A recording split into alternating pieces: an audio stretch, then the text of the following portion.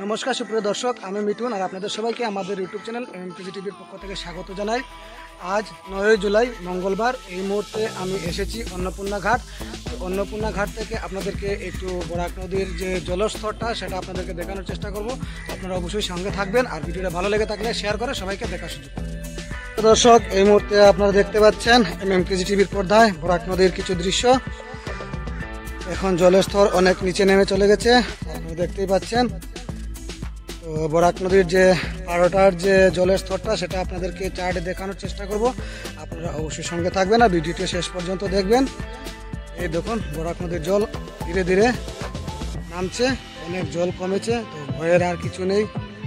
আপনারা দেখতে পাচ্ছেন অনেক জল কমে গেছে। এই দেখুন, এখন আমি অনেক নিচে আছি। তো সুপ্রিয় দর্শক, আপনারা দেখতে পাচ্ছেন চার্ট।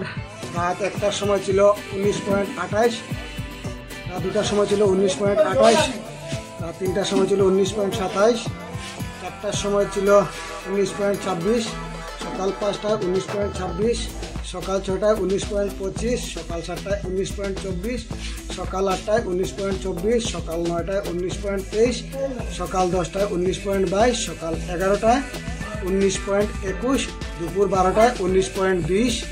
তো অনেক বিপদ সীমার নিচে আমাদের বরাক নদীর জল বইছে। আমাদের ডেঞ্জার লেভেল হচ্ছে 19.83। তো আপনারা বুঝতে পারছেন ডেঞ্জার লেভেল থেকে অনেক নিচে বরাক নদীর জল আছে। আশা করি আপনাদেরকে আমি বুঝাতে পেরেছি।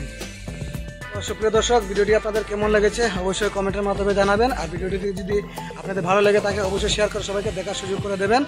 আর আপনারা সবাই ভালো থাকবেন, সুস্থ থাকবেন। এই পর্যন্ত আমি ভিডিওটা শেষ করছি।